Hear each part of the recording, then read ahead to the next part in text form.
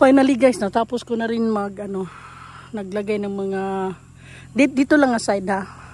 Welcome to Melvin and Angie's vlog. Aywa. At saka doon banda rin pag-akit tayo may mga makikita nyo may mga may mga marker na yung yung pinaka last doon 660. Tapos meron pa kami doon banda sa may irrigation. Pero hindi na mabot ng 50 yun siguro. Hindi ko alam. Tapos meron pa doon sa likod ng kawayan na sa malapit sa malapit sa landahan.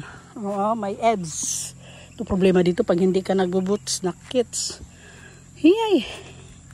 O diba? Sira ang Q-Tex. Grabe guys, ang ganda ng ng tractor pala kasi kahit na para nito subidahon kayang-kaya. Kawawa yung dati ang kinakarga namin. Alam mo yung balsa bitaw Kanggabas, Bisaya. Tapos hinihingal ako guys. Kabaw. Kailang kabaw nakakaawa kasi napapagod din siya. Yung kalabaw ba? Tapos kailangan pahingahin mo. Kuha sa tubig.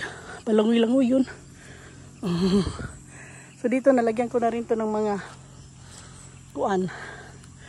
mga numbers sa niyog. So tama yung sinabi ni mama. Daw mga 700 daw kapunuan.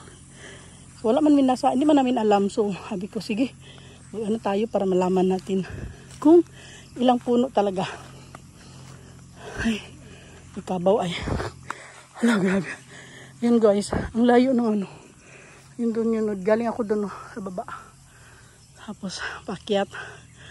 Ay, hala, grabe. Grabe, hingaloy, ginukulod.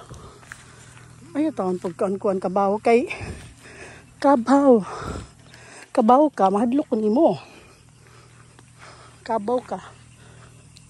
Gikan siya sa lunangan kasi madumi ang katawan. Maputik. Pag sure ay saba siya. Tapos ayan. Alam mo guys. Sandali. Hiningal ako. Diyos ko. Hindi ko ma-imagine na ko yan dyan na pasok ko yan. Mga kasagbutan. Tapos alam mo hindi ko ininda yung may ahas. Parang wala sa isip ko na may ahas, may mga buyog, kung anik-anik pa ba nga mga ngagat. Wala dyan doon hangtod pa baba. Doon. Inano ko talaga pinasok. Tapos one day, may nakita akong kami. Ahas dito. Pero patay na siya, parang pinatay na siya eh. Tapos hindi man lang, nilagay lang sa daanan. Doon ko na-realize, delikado din pala yung ginagawa ko kasi ko talaga naisip na merong ahas, di ba? Kung may buwaya, may ahas.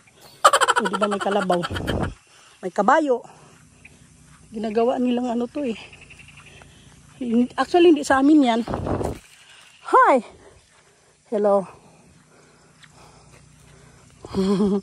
ay, okay. Okay. Sakit man ning ko eh. Sakit ang sani mamrosikos katul madloks kabaw. Tapos may mga kabayo kambing napagigi kanang aray ko doon banda kasi meron pa doon sa baba ginawa ng ng kapitbahay.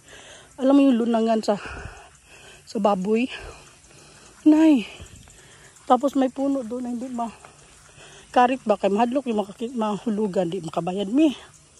Pero hindi nagpaalam yung mga yan. Kabayo. Hindi sa amin yan. Ayan o dyan. Hanggang dyan guys. Ay, may mga numbers pa doon. Tapos hanggang doon sa baba.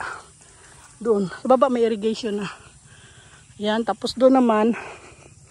Yan. Likod niyan. Yun na lang ang hindi ko na lagyan yung likod nito. Tapos doon din sa may irrigation. After irrigation sa baba. Papunta na yun doon sa highway. Hindi man highway, yung pinaka talaga, main na daan. Hala. Nakakapagod pre gaba. Pasensya na guys, sinubukan kong magpakita ng mukha, kaya lang baka i-skip ninyo. Takot kayo sa mukha ko. Regardless good guys, kaya na ako sa bukid. Hayaan nyo lang na ipasyal ko kayo dito. Oh. Ayan. Actually, kahapon nag-start sila ng mga 4 o'clock na. Tapos dito lang banda sila nagkumuha ng 3 tapok na ano. Kasi 4 o'clock na eh. Hapon na kasi nakuha ang tractor. Tapos whole day sila ngayon. Then, ang kulang na lang doon yung sinasabi ko sa may bago mag-irrigation dyan sa baba. Meron pang mga 5 or 6 daw katapok. And sa likod nito, yan, likod ng kawayanan. Yung hindi ko pa napinturahan. So, tapos meron ng, ayun na yun, bubunutan. May nag-start ng nagbunot ng 2 katao kanina. Tapos ngayon hindi kami papabaker. Yung normal na kupra kasi ano eh.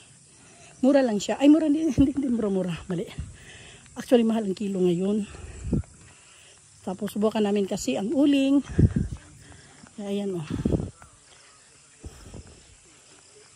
Tingin namin last ano lang guys. Mga 1.5 month. Ang gap namin last month.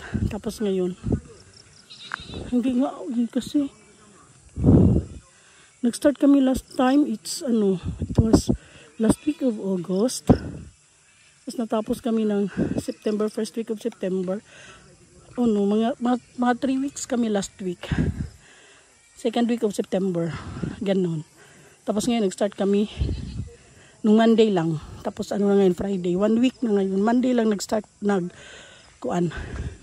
nagkarit. Tapos kahapon nag-start og. Pero ang ganda kasi nung kinakarit na siya, yung dalawang yan, yung nakared at naka-white, sinusundan nila magtapok ba. So, na ano talaga, nalimas ba. Tapos yan. Hindi ko alam. Dagdagan pa yan bukas. So sana nga guys, makabawi. Bibili ng traktor. Actually itong traktor na to, pinahiram lang sa amin ng family friend namin. Pero yung kariton sa amin yan pinagawa. Kasi nga, handa namin dahil balak namin bumili ng traktor. Ganyan din mini traktor. Kasi mas mabilis. And hopefully, pagkatapos nitong makabili ng traktor. Tingnan natin. Guys, pero mag-aral ako kasi kawawa naman si Belvin. Siya lang ang nagano. Siya lang ang nagaano ba. Basta. Yun na yun. Pagpipintura sa ng niyog ay hindi biro. Pagpipintura sa puno ng niyog ay hindi biro. Kasi ang init. At saka, actually, lang siya, maganda lang siya kapag natapos na makita mo na yung may mga puti-puti sa punuan. Masarap tignan, pero pag ginawa mo, medyo makapoy kasi mainit. And, tingnan mo yung attire ko. Di ba ang arte-arte ko pintura. Ayun yung pintura ko, nilagay ko muna doon. Alam ko makikita niyo ba yung white, ayun yun kasi nagpapahinga at medyo hindi mainit naman ng panahon, kaya lang tingnan mo nakapayong.